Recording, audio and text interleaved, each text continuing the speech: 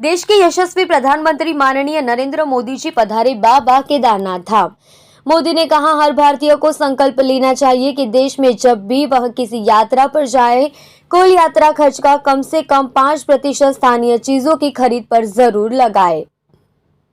प्रधानमंत्री नरेंद्र मोदी हिमाचल ड्रेस पहनकर उत्तराखंड पहुंचे। केदारनाथ और बद्रीनाथ के दर्शन करने के बाद माना गांव में हुए सभा में जो बात उन्होंने कही वह काबिले तारीफ है। देश भर में भले ही और लोकल के महत्व को दर्शाती है, उभरती है। मोदी ने कहा, हर भारतीय को संकल्प लेना चाहिए कि देश में जब भी वह किसी यात्रा पर जाए, कुल यात्रा खर्च का कम से कम 5% स्थानीय चीजों की खरीदारी पर जरूर लगाए।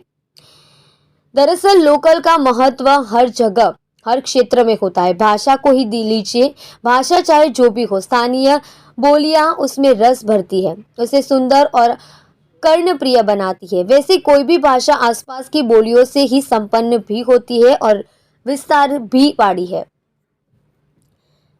निमाड़ी, मालवी हो या मारवाड़ी, टुंडाड़ी और मेवाड़ी, इन बोलियों ने हिंदी को बहुत कुछ दिया है और हिंदी ने इन बोलियों के कई शब्द, मुहावरों और कहावतों को सम्मान के साथ स्वीकारा और अपने में मिलाया है भी। इसी तरह लोकगीतों को ले लीजिए। कई लोकगीत हैं जिन्होंने हिंदी से बढ़कर प्रशंसा भी पाई है और पॉपुलर भी हुई है। राजस्थान की मांड गायिका ने तो हिंदुस्तानी कंठ संगीत को भी बहुत कुछ दिया है।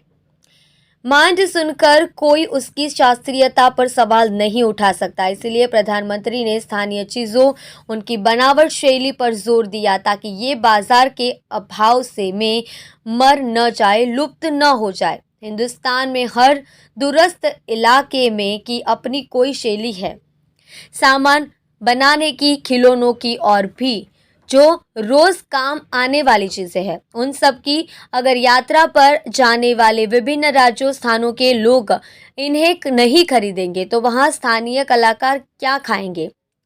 वहाँ की अर्थव्यवस्था कैसे चलेगी? कैसे क्षेत्र का और उस क्षेत्र के लोगों का विकास होगा? नमस्कार, आप देख रहे हैं बीएचपी न्यूज़ हिमालय की आवाज़, देवभूमि उत्तराखंड। आज बीएचपी न्यूज़ पहुंचा है केदारखंड में, बाबा केदारनाथ धाम के श्री चरणों में। आज यहां पर प्रधानमंत्री माननीय नरेंद्र मोदी जी का आगमन था।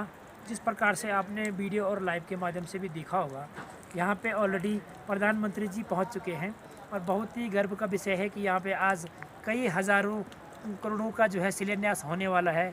चाहे वो ट्रॉली का माध्यम बताएं, चाहे यहाँ के जो केदारखंड के जो विकास कार्य हैं, उन सब पर पीएम नरेंद्र मोदी जी का पूरा ध्यान है।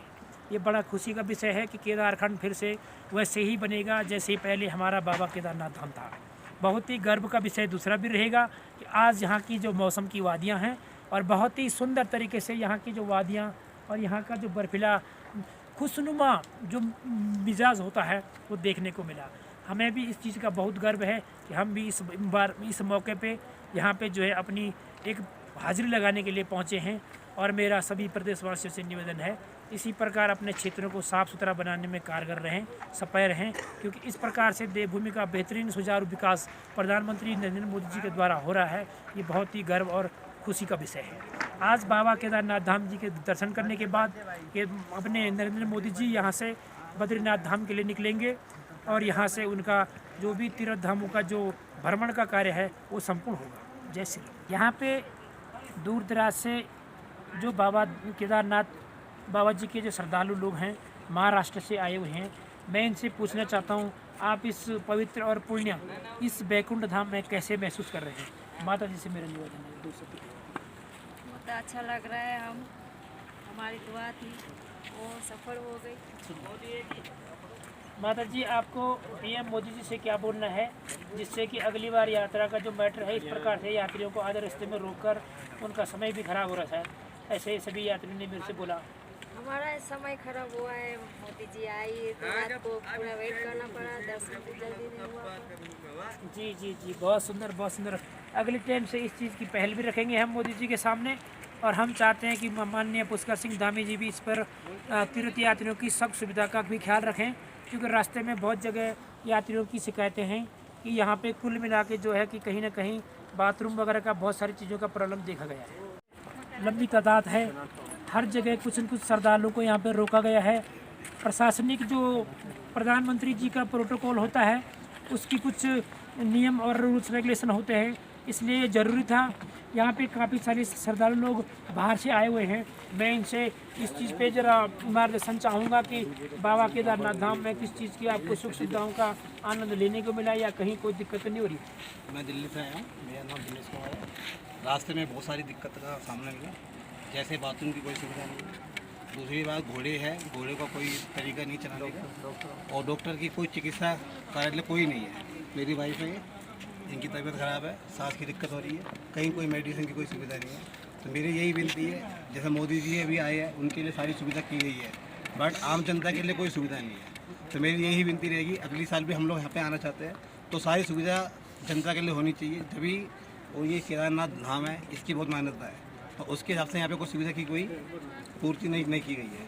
तो हमारी ये विनती है कि आगे से ये सारे काम को ढंग से किया जाए। रास्ता ठीक नहीं है यहाँ आने के लिए। सर्वप्रथम मैं माननीय मुख्यमंत्री जी से भी विनती करूंगा, अभी जो बहन यहाँ पे हैं लाठी के बल खड़ी हैं और बहुत दूर से पैदल आई हैं, काफ़ी थकान महसूस हो रही है, स्वास्थ्य खराब बताया जा रहा है, और स्वास्थ्य सुविधाएं जो यहाँ पे होनी चाहिए थी वो प्रॉपर नहीं है। मैं बहन जी से दो शब्द कहने के लिए बोलूँगा, क्योंकि बहन जी को किस प्रकार की यहाँ पे मतलब दिक्कतें हुई हैं, ये कहीं ना कहीं सांस की प्रॉब्लम बहन को हुई है, ये काफ़ी दिक्कत का विषय है।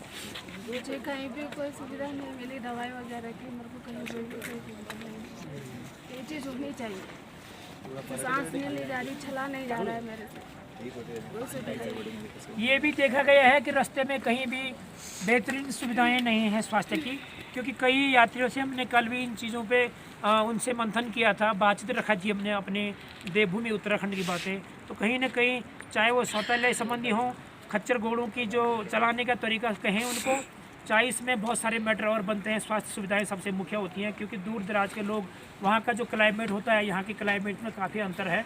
ठंड के कारण बहुत सारी चीज़ें, सांस का, हवा का, बहुत सारा इधर का जो वातावरण है हवा का काफ़ी सारा इधर कमी रहता है। तो मेरा अभी मैं दूसरे वाले भाई साहब से भी पूछना चाहूँगा कि आप कहाँ से हैं? मैं मेरठ से हूँ, मेरा नाम दीपक है।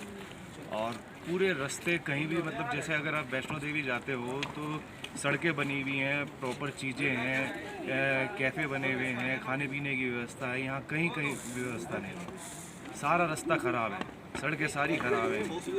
तो वो सुविधाएं होनी चाहिए, मेरी यही माननीय मुख्यमंत्री और